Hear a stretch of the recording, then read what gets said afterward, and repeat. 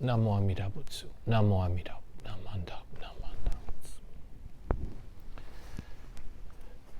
Well, welcome once again to Kahului Hongwanji Buddhist Temple's online YouTube Sunday Family Service. Today's service is for February 21st, 2021.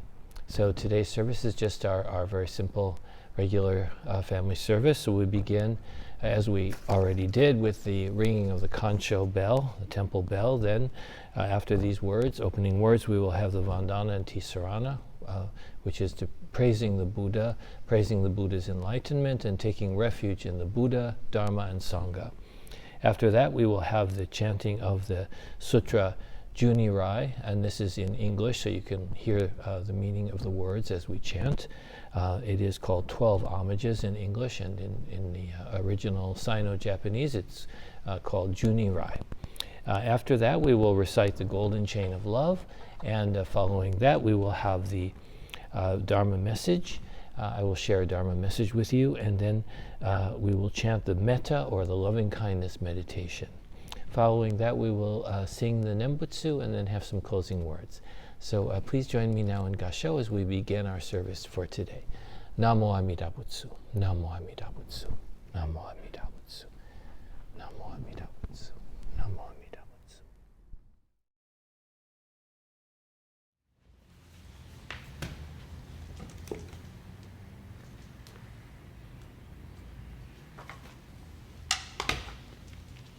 Namo Amida Butsu. Namo Amida Butsu. Namo Amida Butsu.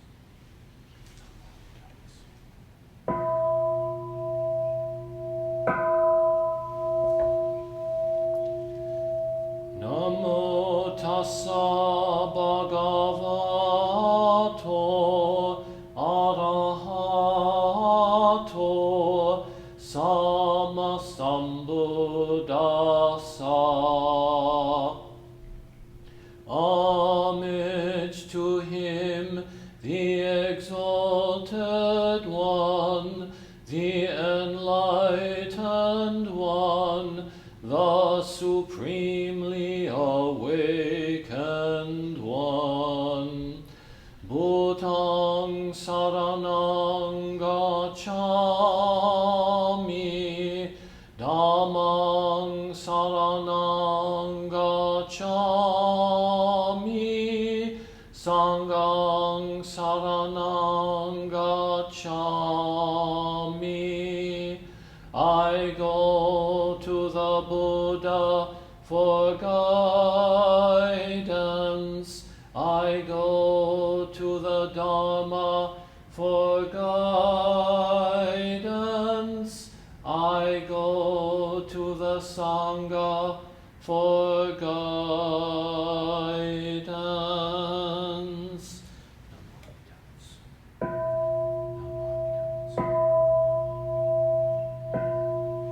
Namo Amida Butsu. Namo Amida Butsu. Namo Amida Butsu. Namo Amida Butsu.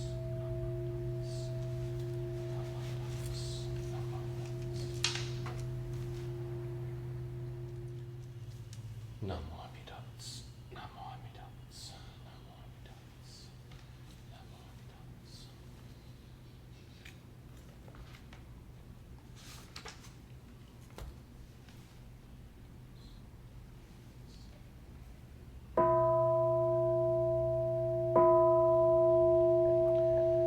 Gods and men all bow in awe to Amida the revered. In Buddha's wondrous pure land, bodhisattvas gather round. Golden form like the mountain king, steadfast like the elephant's pace. Buddha's eyes like the blue lotus. Thus I bow to Amida. Buddha's form round like the moon, bright like thousand suns and moons. Buddha's voice like the nightingale. Thus I bow to Amida. Buddha's figure on Kanon's crown, adorned with wondrous features. Buddha subdues evilness. Thus I bow to Amida. Beyond compare, Amida's pure virtue shining clear like space. All benefit from Buddha. Thus I bow to Amida. Bodhisattvas all renown, Maras to praise Amida. Primal vow made for our sake. Thus I bow to Amida. Golden ponds where lotus bloom, towers a throne of goodness. Buddha lives like the mountain king. Thus I bow to Amida. Bodhisattvas come afar, attaining true happiness. They revere the Buddha's face. Thus I bow to Amida. All life changes like the dew. We have no permanent self. Buddha teaches this law to all. Thus I bow to Amida. No evil in the Pure Land, and no fear of evil paths. Faithful hearts honor Buddha. Thus I bow to Amida, saving us through many ways. No tempters, no evil friends. Birth leads to enlightenment. Thus I bow to Amida. Amida, thus I have praised virtues boundless like the sea. These virtues shared with others for birth into the Pure Land. Namandabu, Namandabu, Namandabu, Namandabu, Namandabu, Namandabu.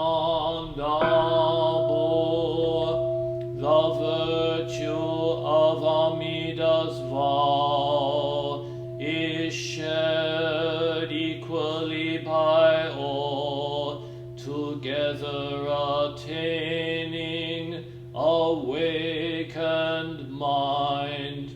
We are born in the land of peace. Namo Amida Butsu. Namo Amida Butsu. Namo Amida Butsu. Namanda, Namanda Butsu. Namanda Butsu. Golden Chain of Love. I am a link in Amida Buddha's golden chain of love that stretches around the world. I must keep my link bright and strong. I will try to be kind and gentle to every living thing and protect all who are weaker than myself. I will try to think pure and beautiful thoughts, to say pure and beautiful words, and to do pure and beautiful deeds, knowing that on what I do now depends not only my happiness or unhappiness, but also that of others. May every link in Amida Buddha's golden chain of love become bright and strong, and may we all attain perfect peace. Namo Amida Butsu, Namo Amida Butsu, Namo Amida Butsu.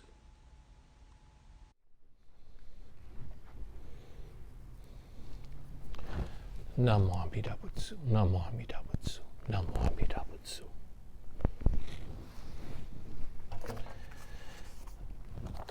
At this time, I'd like to share with you a few thoughts about the Buddhist teaching.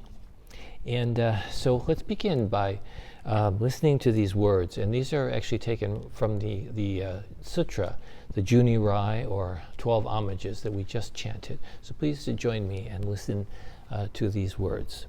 No evil in the Pure Land, and no fear of evil paths. Faithful hearts honor Buddha. Thus I bow to Amida. Namo Amida Butsu. Namo Amida Butsu. Namo Amida Butsu. So, in these words, we learn here that Amida's land, also known as the Pure Land, has no evil paths. This means that the beings there have a mind that is settled, a mind that is at peace, and a mind that always appreciates the moment, always is in a state of appreciation, in gratitude. To put it in a down-to-earth way, those beings who are in the Pure Land never get upset about things the way we do. They never get upset because they don't get what they want, or because things aren't going their way, or because they have troubles, or civil sufferings, or anything like that. So they always have a mind of calm and peace.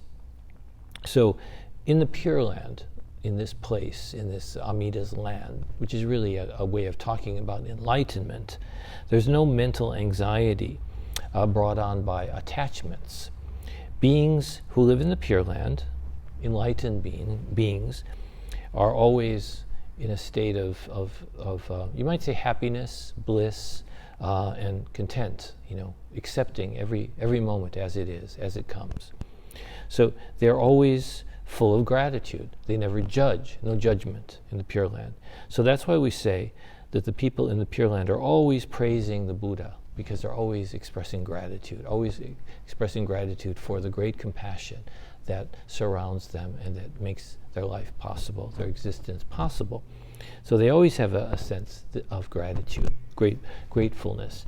And also, wherever they look in the Pure Land, wherever they see, wherever they perceive, everything is always compassion. All they see is compassion, wisdom, awakening. So now, on the other hand, we human beings living in this world, we're always full of worry and fear. We fear losing what we have, right? We fear what we don't know, what we don't understand. We fear even learning about things that challenge our views, or meeting someone who is different from us, or who might have different opinions. We fear meeting the unknown because the unknown disturbs our sense of ourself, of our own, self-image, our sense of our own goodness. To have that challenged is frightening for us, so we don't like that. We fear that, and we don't like to have our view of the world questioned. So we don't like to be challenged, and that's the condition of beings in this world, where our minds are not at peace, and we're troubled by our attachments to things. So Buddhism teaches us that, this business of holding on to things, which also includes not just physical things, but also includes, our opinions, our ideas, our view of the world. This causes suffering. And suffering really means anxiety or stress, or we might call it a disturbance, a disturbed mind, a mind that lacks peace. So that kind of mind is a mind that is not existing in the here and now. It's not dwelling in the present. It's a mind that's always lost in the past or in the future. That mind isn't here, you see? It's not here. So in my mind, I'm always thinking about what happened in the past, or regrets, worrying about what's going to happen tomorrow, or how I'm going to do this, or support myself in 20 years, or all those kinds of things. That might be a real concern, but my mind is not here in the present moment. My mind is off somewhere else. We might say that our mind is kind of holding on to too much, holding on too much, grasping things, really not able to let go. So when we're grasping, holding on to things, it's very uncomfortable. It's a difficult way to live, So Buddha called this holding on to things, this grasping, he called that attachments, or also blind passions. That's another word for it. So we're always worrying in this state. It doesn't matter if you happen to be rich or poor, though of course the more you have, the richer you are, the more attached you will probably become. It doesn't matter if your life is full of success or failure. Either way, rich or poor, successful, not successful, worry eats away at our lives and makes our living feel hopeless and miserable. So, you can look at the silliest, foolish billionaire out there who thinks life is all about acquiring more and more wealth, even though already that person has, 1,000 times more than they need, but they think they need more and more. That's the ultimate, in Buddhism, that's the ultimate kind of foolishness and silliness, really. It's absurd, So they need more power, they need more money, they need more property, and so on. 10 houses isn't enough, So that on the one hand, that rich person, on the other hand, then maybe the most oppressed, destitute, poor person might be filled with anxiety, worry, anger, fear, because he or she has suffered so much injustice. Both of these beings, the rich one who's worried about getting more and more, the poor one who's filled with anger and resentment because of being treated so badly, having so little or nothing at all. Both of their minds, however, are similar in the sense that they are dominated by worry, by fear. Of course, we feel lots less sorry for the billionaire, rightfully, I think, because he doesn't have all that much to complain about, but nevertheless, this billionaire may be full of anxiety and fear and worry, because, oh no, what if I don't get more money, or what if I lose some of what I have, But in the larger picture, we have to understand that in a Buddhist point of view, rich or poor and in between, everyone suffers as a consequence of attachments, everyone. And the anxiety, the worry, and the mental anguish that we suffer is really toxic, It's so toxic that it can poison everyone around you. It can poison everyone in the world. Now, the trouble with worry, practically speaking, is that it causes us to make really bad decisions, and we get really bad ideas, which there's not time to go into all the possibilities, but we really come up with a lot of bad ideas, and we make very bad decisions when our mind is filled with worry and anxiety. We're trying to relieve it, you see, and we're relieving it the wrong way by coming up with some scheme, some kind of, reaction to those around us, or the way we treat others, and so on. Trying to relieve that anxiety, but it doesn't work.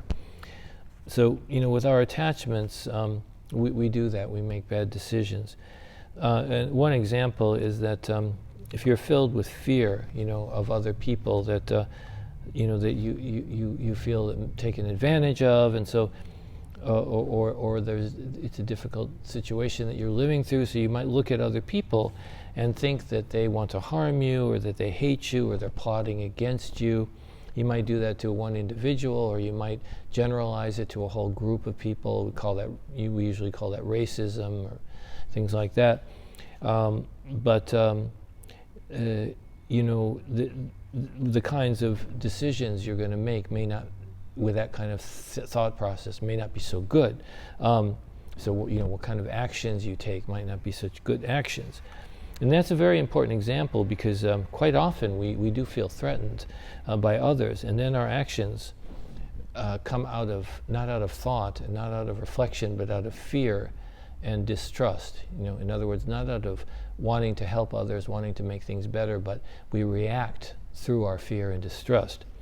And this happens all the time among individuals and groups. And unfortunately, it's really happening on a global scale right now in so many ways. We don't have to look far to see examples, but just one that I've read some news stories about is that right here in this country, America, because of the COVID-19 situation, which has been going on so long, people are having a lot of suffering, a lot of difficulty because of it. And, if you're not thinking deeply, if you're not taking the time to think, you're reacting. You might react out of this anger and resentment, blaming others. So there's a lot of people committing acts of violence against people of Asian origin because they have formed the idea that because COVID began in China, that Asians are to blame. So first of all, it's wrong in two counts. It's wrong in the sense that because it began there, that people who are Chinese are to blame, and then the second count is that anyone who's Asian is the same, is all lumped together in one group. So you see how many layers of absurdity and foolishness come out of that kind of reaction. We can see that absurdity, but forming wrong ideas like that, and those are wrong ideas, but that's something that often happens in minds filled with fear and worry, and it probably happens to everyone, I think. It certainly happens to me in my way, and I'm sure it happens to you in your way. And often, we cannot help it. We react to things, we get upset, we get fearful. When we're overwhelmed by difficulties in life, it's really hard to let go of our attachments. It's really hard. Sometimes our anger is the only thing we have to hold on to comfort us. When life has been especially unfair, just our resentments, we kind of hold on to them with as a security blanket almost. At least we have that. At least we know, it's their fault. I'm angry at them. At least we hold on to that kind of thinking. It's very destructive, but you can understand it. I'm sure you can. If you're really honest and think about yourself, we all do that in one way or the other. Even just in family life, we do that. So before judging others, we have to consider the burden of fear and worry that others carry. We really have to consider that. When someone is acting a certain way, first we have to look at them with compassion and understand what they're going through. So how can we help? How can we help them with that? And what do we do about worry and fear and anger? What does Buddhism teach us about that? So the Buddha taught that fear is an expression of our attachments, of our desire to be able to control our lives and our circumstances. And in the extreme, it's a desire to control others, to control everyone around us, maybe to control the whole world.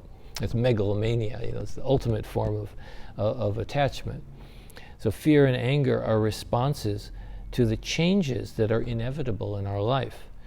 Sometimes fear and anger are necessary emotions for living beings, so we have to be clear about that. They don't exist just to give us trouble. They help us to survive when we're in danger. So if you're being chased by a lion, you'd better be afraid, and you better worry about it. You can't just say, I'm not going to worry, I'm just going to sit still and the lion will go away. Maybe not, right? So these strong emotions, fear, worry, all that, they'll cause you to run away or to get away, and hopefully you will save your life. And perhaps as a last resort, anger will rise up in you, which will stimulate you to fight for your life, right? But then after you escape, you get away from that danger, then the fear and the worry and the anger just go away. They disappear because you don't need them anymore, right? That situation is very clear. That's a natural kind of situation. And those emotions have served a really good purpose. But in today's world, we call civilization, and for us human beings, most of our fear is counterproductive. Our human world is different from the natural world. Fear and anger don't usually help us to avoid danger in our world or to get out of it. Fear causes us, yes, it always makes us want to run away, but in our human world, fear often causes us to run away from life, from experiences, from new experiences, from learning about other things, other people, from appreciating other people, especially those who are different from ourselves. In nature, fear inspires us to quick action. There's no time for too much thinking.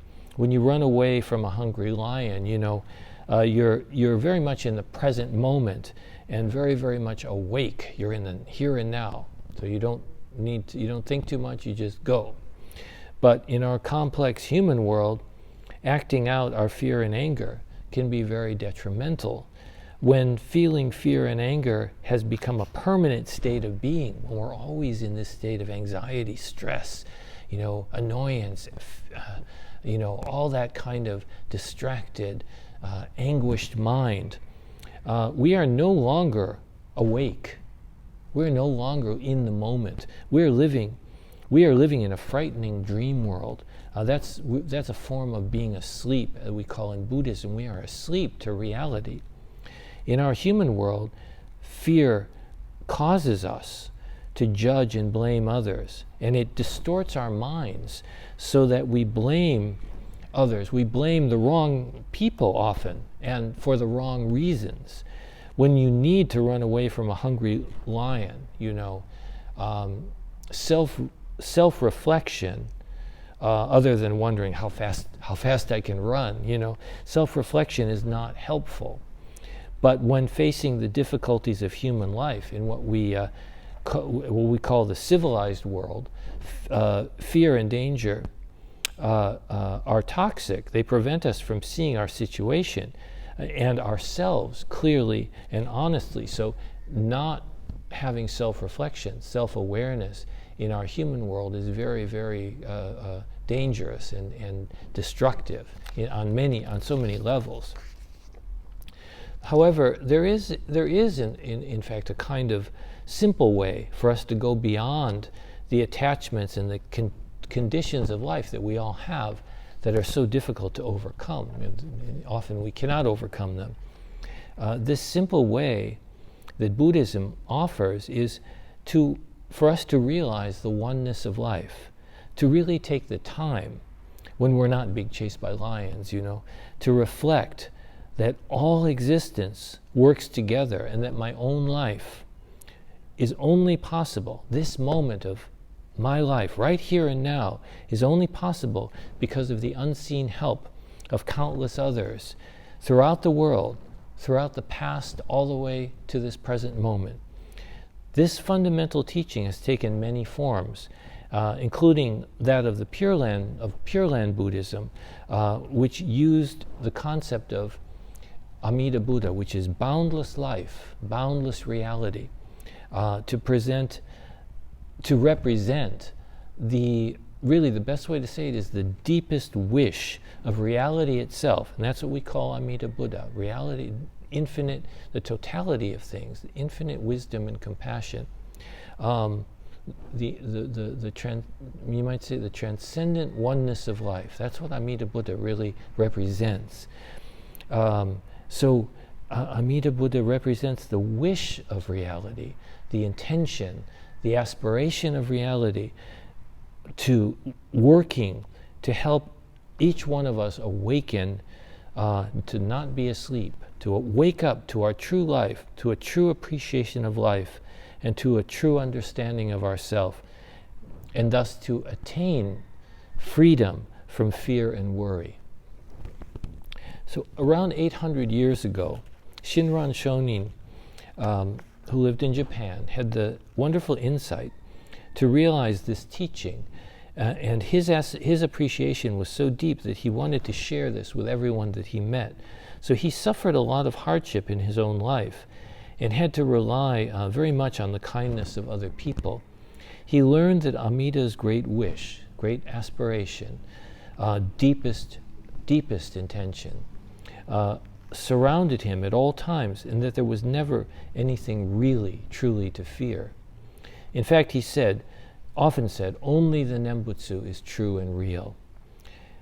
This means that when we encounter Amida's vow, and that's often expressed through what we call the Nembutsu, Namo Amida Butsu, just expressing this calling voice of the Buddha calling to us and saying, just let go, namo, bow, and be embraced by boundless compassion, boundless wisdom. And that is our awakening. Buddha means to wake up. So Amida Buddha means to, boundless compassion, waking us up, guiding us through our lives. So when we encounter Amida's vow, Amida's wish, this deepest wish, we can begin to understand and appreciate the world as it is.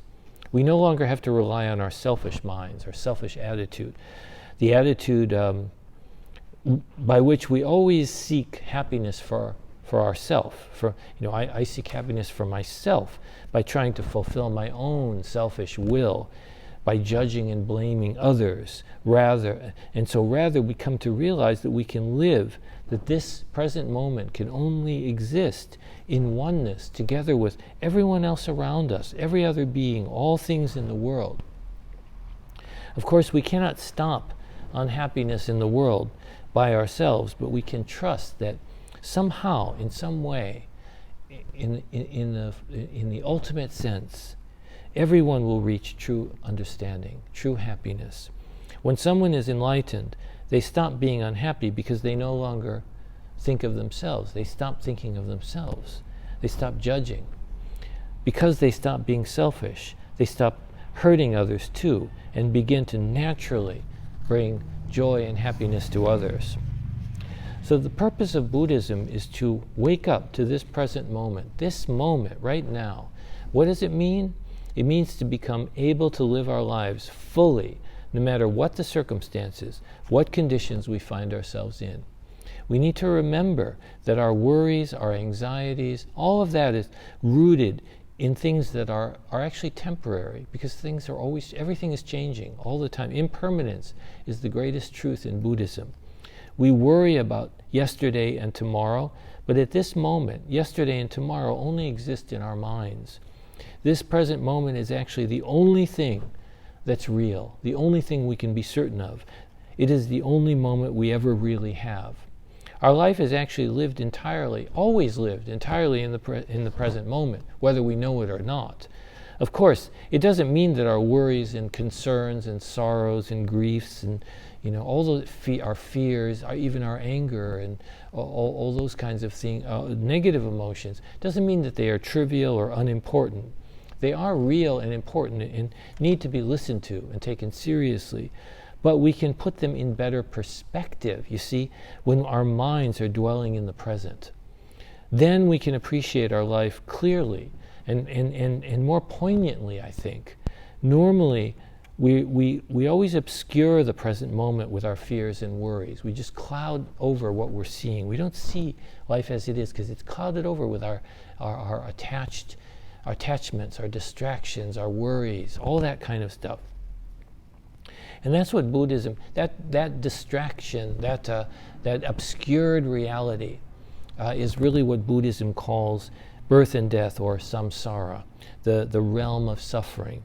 So living in this realm of suffering, I am a foolish person, foolish being who always tries to hold on to everything that pleases me and runs away from everything that I find unpleasant. So I cannot awaken to this moment because I am so full of concern about holding on to what I have until tomorrow. But I actually don't know if I will even be here tomorrow. I have no guarantee about that. So I'm always wasting this unrepeatable present moment with my worries and my fears. But when the Buddha calls to us, Amida Buddha always calls to us, when I am reminded of the boundless life that surrounds and supports me right now and at every moment, my foolish mind becomes calmed and I can come back to this present moment. And even though I seldom stay in that place of peace and calm, everything is somehow changed. Every time, all throughout our lives, I think. The present moment is here. I may leave it and go back to my dream world, my fears and anxieties, but it is here and I know it now, right? That's the important change. That's the Pure Land, the place where there is no fear, only joy and gratitude.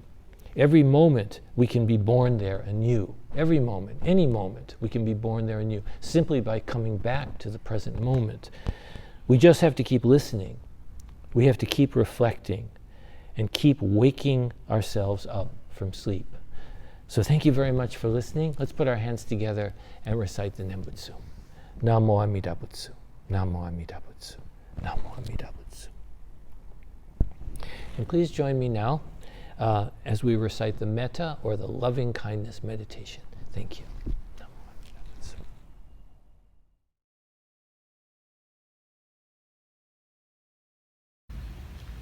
May all beings be happy and well. May no harm or difficulties come to them. May they live in peace and harmony. May I be happy and well. May no harm or difficulties come to me. May I live in peace and harmony. May my family be happy and well. May no harm or difficulties come to them. May they live in peace and harmony.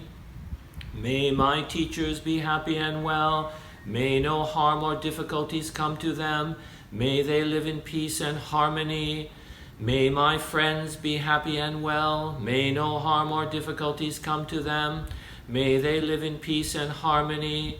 May strangers be happy and well. May no harm or difficulties come to them. May they live in peace and harmony. May my enemies be happy and well. May no harm or difficulties come to them. May they live in peace and harmony. May all beings be happy and well. May no harm or difficulties come to them. May they live in peace and harmony. Namo Amida Butsu. Namo Amida Butsu. Namo Amida Butsu. Namo Amida Butsu.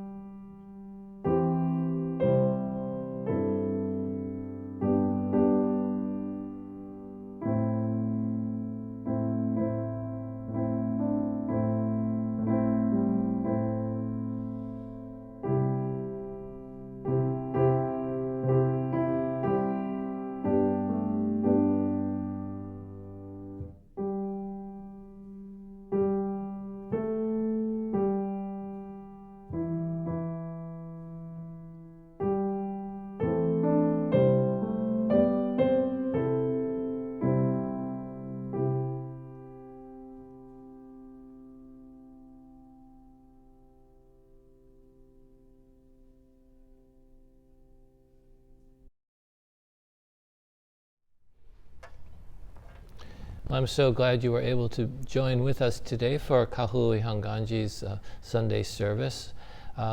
We all look forward to the day when we'll be able to all gather regularly on Sundays for our service again. But in the meantime, we still have this COVID situation to deal with, so we all have to do our best. to help with that situation. And so part of that is, not gathering together, although we're able to do a little bit. So we're looking forward to, I think, hopefully next month, we'll be able to, that will be in March, we'll be able to get together for a service in March, I think on the 28th, but we'll see. That day, by the way, will be our Ohigan service. Ohigan is the time of the equinox. There is a fall Ohigan and also a spring Ohigan. So this is spring Ohigan, and it is a time when we are able to sort of reflect on the harmony of all of the natural world and try to apply that to our spiritual life, to awaken to a mind of peace and compassion toward all beings. So March 28th will be our Ohigan service. Also, just a couple other announcements. This month, next week, the 28th, we will have our Nirvana Day. That celebrates or observes the time of the Buddha's death, the Parinirvana, his going into complete nirvana, which was also his passing away from this world. And we also observe our Buddhist Women's Association Donna Day. Donna is one of the paramitas, in which we observe, or we try to perfect our selfless giving. So BWA, Buddhist Women's Association Donna Day observance will be also next Sunday, February 28th. So please join us here on YouTube for that service. Also, please put on your calendar April 11th. Normally we have the Central Maui Hanamatsuri observance and festival every year, but however, because of COVID last year, we weren't able to have it. This year, we still are not going to be able to have it, a live event, but we are planning on having a Zoom event. So April 11th, please join us. Please keep in touch and look out for that. We'll be putting out some information, probably through our website and through our newsletter, and also through all the other Buddhist temples here in Maui. So there will be information about that. So it will be a kind of a joint effort between different temples. So thank you very much for joining us, and let's conclude our service now by putting our hands together in Gassho and reciting the Nembutsu. Namo Amida Butsu. Namo Amida Butsu. Namo Amida Butsu. Namo Amida Butsu. Namo Amida Butsu.